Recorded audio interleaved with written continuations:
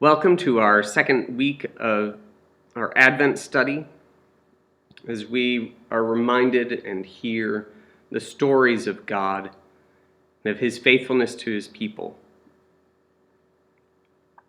We continue looking at the story of God's people as they've left Egypt, and we're beginning today to look at after Moses died. After he died, the people of God entered into the promised land. Finally, they arrived at the place God would give them. And at the beginning, they followed the faithful example set by men like Joshua and Caleb, who were the last members of the generation that wandered in the wilderness. Joshua challenged the people to remain faithful. And they said that they would. But Joshua knew their hearts, and he warned them that what they were saying was a serious thing, and that there would be serious consequences if they were not faithful to God. Joshua had seen the results of unfaithfulness and a lack of trust. For when he and Caleb and 10 other spies returned the first time from examining the land, the people didn't trust God. They didn't have faith in God, that He would deliver them, this land to them. Rather, they were afraid of the people who lived there. And because of that unfaithfulness, they spent 40 years wandering in the desert, until that generation who did not trust had passed, except for Joshua and Caleb. And Joshua's warnings became instructive, because not long after his death, God's people were unfaithful. And thus began a pattern of unfaithfulness, followed by deliverance, followed by repentance by God's people. That repentance was short-lived, as soon that God's people were unfaithful again, just now in an even worse way. And this downward spiral continued and continued throughout the book of Judges. This downward spiral of disbelief was the fruit of everyone doing what was right in their own eyes. In the land of promise, they saw a way of living that did not require heart change. It eliminated the entire need for faith. Because in Canaanite religion, all they had to do was to give the gods what they wanted. There was no relationship, just a series of transactions to get the benefits for us. Didn't have to change the way I live. Didn't have to change the way I think. Didn't change the way that I show love. They thought this is the easy way to get prosperous land, to get good crops. All we have to do is to appease the gods of the sky, the gods of the earth. And gradually, the more and more the people of God followed after these false gods, their hearts grew as hard as the images they worshipped. And eventually, this leads to them demanding for a king.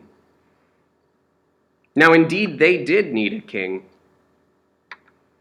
But they wanted a king on their own terms. They wanted a king so that they could be like their neighbors. A king who wouldn't require them to change the way that they live, wouldn't require them to change their hearts. But that is not the king that they needed. What they needed was a king who would draw their hearts to God, a king whose desire and heart followed after God, and who would remind the people of God's faithfulness, of God's mercy, and of his love. A king who would retell and remind the people of God of what God did in leading them out of Egypt, of splitting the Red Sea, of what God did as they wandered in the desert and as they entered into the land of Canaan. A king who would point them to God. But that is not what they wanted. And so they were given a king. And with each new king came the same question. Is this the king who will rule over us as he should? They first asked this question of Saul, and Saul failed. The Bible asks a similar question of King David, the king after God's own heart. But David too failed. As did his son Solomon, the wisest man in the world. And each and every subsequent king failed to do this, both good kings and bad. They did not lead the people to God. Those kings did not have hearts or desires that followed after God. And so the people of God continued to wait. And that is where they were found waiting in exile. In the land of Babylon, they waited. Upon coming back from the land of Babylon, they waited. And like the people of Israel, we live in a land that's surrounded by a religion, though not always called that seems to provide the easy way out. It seems to provide a way of living that doesn't require faith. A way of living that leaves God out on the sides and doesn't require us to change the way that we live or change the way we think or change our hearts. All it requires of us is that we do deeds and acts that have the appearance of unselfishness, even though in reality we benefit from our deeds in some way, whether it's we benefit financially, we benefit in social status, or just the opinion of our neighbors. Society around us, the religion of the society around us, just calls us to do good things. And often it only requires us to do the minimal act of good. It doesn't require us to believe anything necessarily.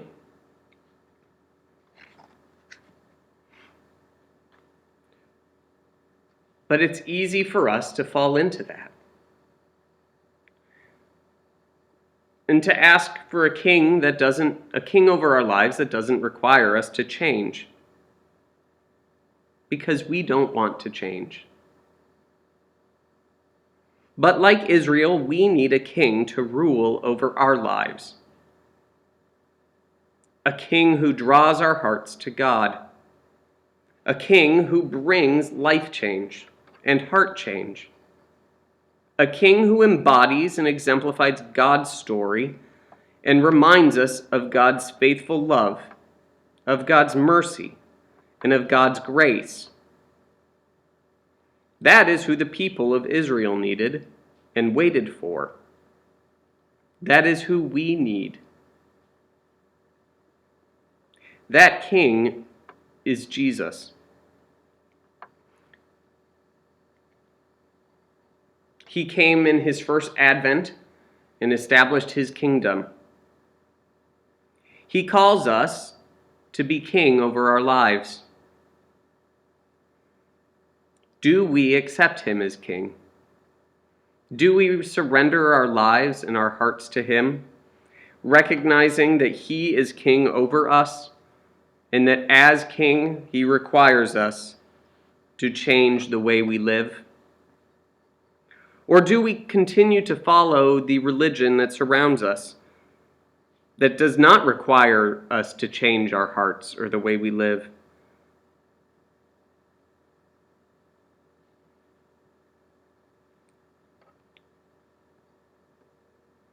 Which is it?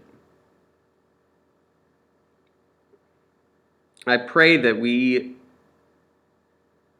accept Jesus' call to have him as king over our hearts, to change our hearts so that we might love him and show love to one another.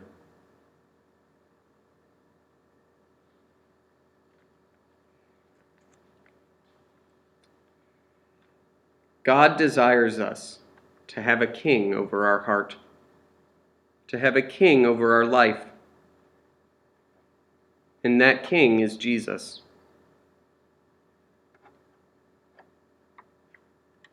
May we surrender to him our lives, that he might change them to be more like Christ, that we might love one another and love him.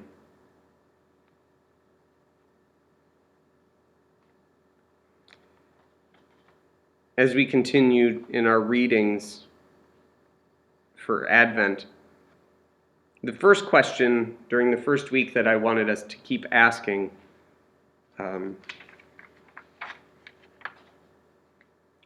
was, what wondrous and mighty deeds have we seen God accomplish?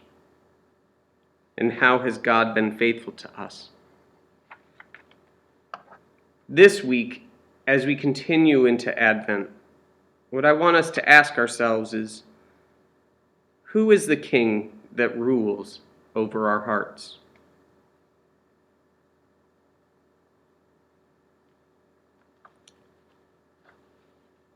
Who is the king that rules over our hearts? I pray that it is Jesus. And this is something that we must do every day, is give our hearts to God, to let him be at work in them, changing them to be more like him.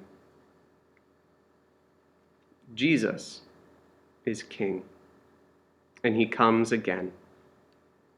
Look forward to having the discussion with you late on Sunday after the 10 o'clock service, and then again on Wednesday night.